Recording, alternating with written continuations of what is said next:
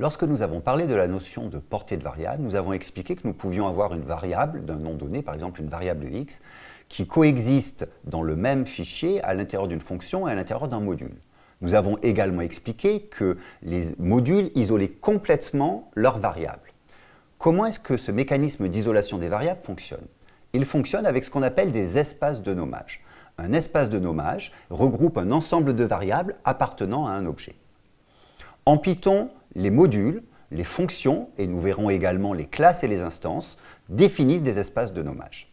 Dans des langages comme le C, où vous n'avez pas cette notion d'espace de nommage, il faut faire extrêmement attention de ne pas définir des variables qui se surchargent l'une l'autre, qui s'écrasent l'une l'autre. Et en Java, qui est un langage orienté objet, qui a également une notion d'espace de nommage, vous devez créer des classes à chaque fois que vous voulez isoler les espaces de nommage.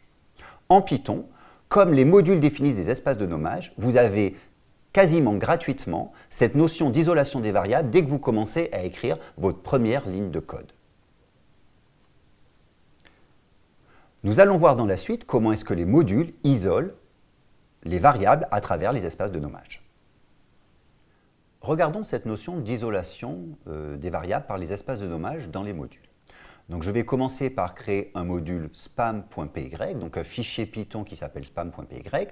Dedans, je définis une variable x égale 1, puis ensuite une fonction f qui va faire print de x, et je définis un deuxième fichier Python, egg.py, qui va importer spam, qui va faire x égale 2, def de f, donc on va définir une fonction f qui fait print de x. Ensuite, j'appelle la fonction f, j'appelle spam.f, et ensuite je fais un print de spam.x. Maintenant, si vous pouvez prendre quelques instants pour avoir le temps de taper ces différents morceaux de code, et nous nous retrouvons dans quelques instants. Donc, vous pouvez ouvrir un interpréteur, une ligne de commande, par exemple CMD sous Windows ou alors Bash sous Linux, et vous allez taper à votre ligne de commande python egg.py, ce qui veut dire que vous allez lancer le programme à partir de egg.py. Regardons maintenant ce qu'il va se passer. Je vais définir l'espace des objets, donc c'est la mémoire de mon ordinateur qui va contenir tous les objets créés, et je vais définir les espaces de nommage. Ici, on se focalise sur l'espace de nommage des modules, donc je ne vais pas montrer les espaces des fonctions.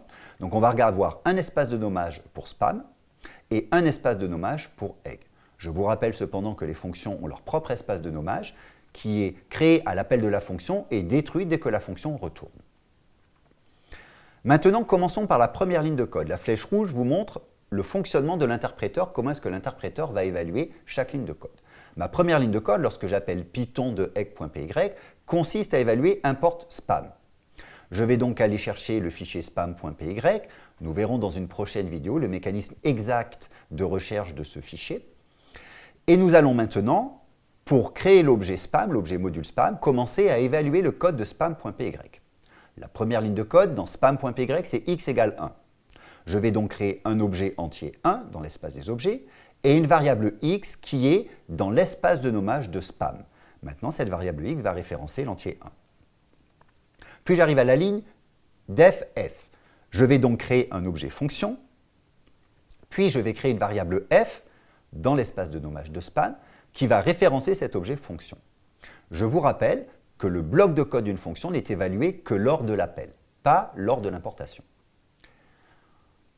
Maintenant que j'ai évalué le code de spam.py, je retourne dans le code de egg.py, donc dans le code de mon module egg. Et maintenant, j'ai fini d'importer mon module spam, je vais donc créer l'objet module, et je vais créer une variable spam dans l'espace de egg qui va référencer cet objet module. Évidemment, dans l'objet module va lui-même référencer l'objet fonction et l'entier 1. Mais je passe sur ce détail, je vous présente juste pour l'instant le découpage des espaces de nommage par module. Maintenant, je fais x égale 2, je vais créer l'entier 2, puis une variable x dans l'espace de nommage de egg qui référence 2. Puis je définis ma fonction f dans le module egg, donc je définis un objet fonction et une variable f qui référence cet objet fonction. Et maintenant, je vais commencer à appeler mes différentes fonctions. Donc, que va-t-il se passer lorsque je vais appeler f? F est une variable, je vais la chercher avec la règle LGB. F est définie en dehors de toute fonction et de toute fonction englobante, donc je vais chercher f dans l'espace de nommage du module, comme variable globale. f est défini et fait un print de x.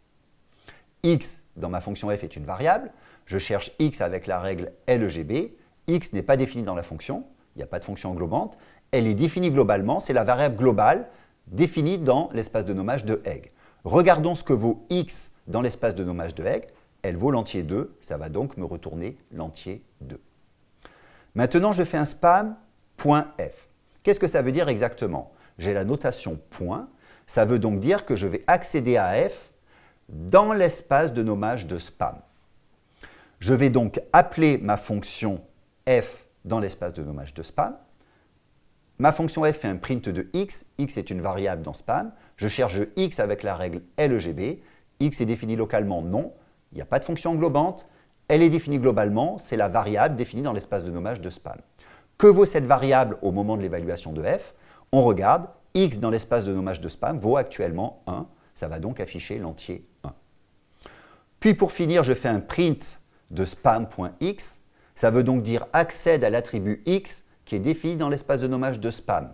Que vaut x à ce moment-là dans l'espace de nommage de spam? Il vaut toujours 1. Donc print de spam.x va donc m'afficher l'entier 1.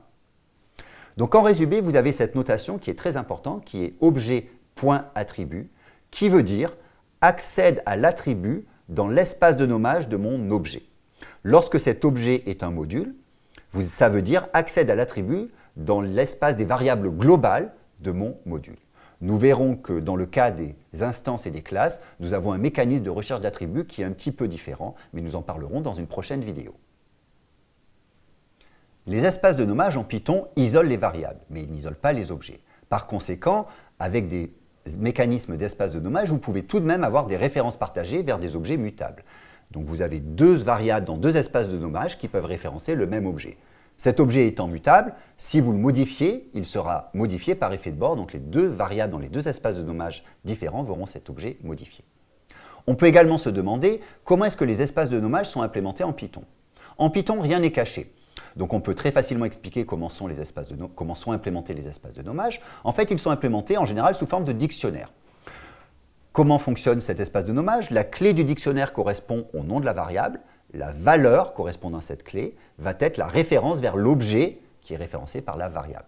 Donc lorsque vous ajoutez une variable dans un module, ça va créer une entrée dans l'espace de nommage de ce module, donc une clé correspondant au nom de la variable et une référence qui est une référence vers l'objet associé à cette variable.